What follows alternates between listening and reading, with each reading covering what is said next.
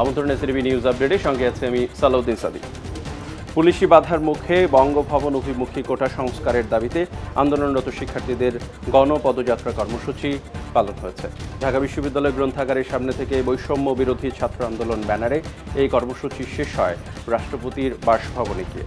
কোটা নিয়ে এক দফা দাবির স্মারকলিপি নিয়ে প্রেসিডেন্ট বরাবর জমা দিয়েছে 3 বিশ্ববিদ্যালয়ের 10 শিক্ষার্থী। কোটা পদ্ধতি সংস্কারের এক দফা দাবিতে একাত্মতা পোষণ করে সারা দেশে জেলা প্রশাসকের কাছে স্মারকলিপি দিয়েছে আন্দোলনকারী শিক্ষার্থীরা।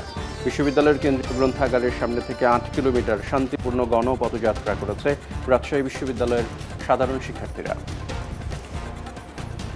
ফাঁস হওয়া প্রশ্নে বিসিএস পরীক্ষায় উত্তীর্ণ হয়ে বিভিন্ন সরকারি দপ্তরে নিয়োগ পাওয়া কর্মকর্তাদের তালিকা প্রকাশ করতে সংশ্লিষ্টদের আইনি নোটিশ পাঠানো হয়েছে।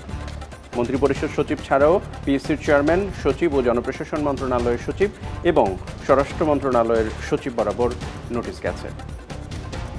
রপ্তানির জন্য নতুন পণ্য ও বাজার খুঁজে বের করার পরামর্শ দিয়েছেন প্রধানমন্ত্রী শেখ হাসিনা। জাতীয় রপ্তানি পদক প্রদান অনুষ্ঠানে প্রধানমন্ত্রী কথা বলেন। সরকার প্রধান বলেন, যুদ্ধের সময়ের সুযোগ কাজে লাগিয়ে রপ্তানি বাড়াতে হবে। 32টি ক্যাটাগরিতে মোট 77টি পদক প্রদান করা হয়েছে।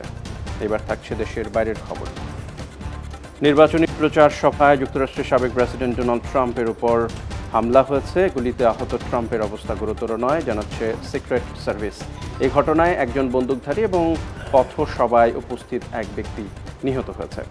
গুরুতর আহত আরও 2 জন পেনসিলভানিয়ায় বাটলারে শনিবার সন্ধ্যায় এ ঘটনায় জড়িত বেথেল পার্কের অধিবাসী 20 বছর বয়সী থমাস ম্যাথিউ ক্রোক্স।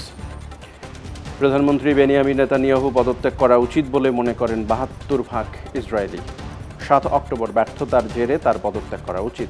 এর মধ্যে 40% মনে করেন নেতানিয়াহুকে অবিলম্বে পদত্যাগ করা উচিত, আর 28% মনে করে যুদ্ধ শেষে পদত্যাগ করা উচিত বেনিয়ামিন নেতানিয়াহুর। এবার থাকছে মাঠে ময়দানের খবর। জার্মানির বার্লিনে ইউরোর মেগা ফাইনাল আজ রাত 1টায় অলিম্পিয়া স্টেডিয়ামে মহাদেশীয় শ্রেষ্ঠত্বের মসনদ দখলের লড়াইয়ে নামবে ইংল্যান্ড ও স্পেন।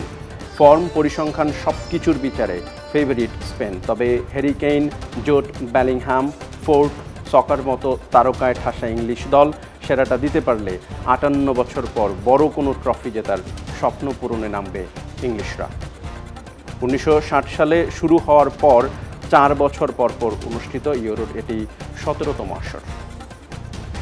এদিকে কোপা আমেরিকায় এবার 48তম আসরের ফাইনালে সোমবার সকাল 6টায় কলম্বিয়ার বিপক্ষে শিরোপা ধরে রাখার মিশনে নামবে আর্জেন্টিনা।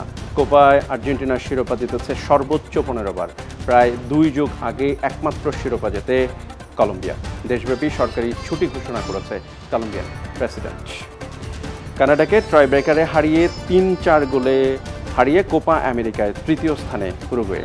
শেষ করব এসটিভি নিউজ আপডেট। এসটিভি সর্বশেষ সংবাদ জানতে ভিজিট করুন www.stv.tv। সঙ্গে থাকার জন্য ধন্যবাদ সবাইকে।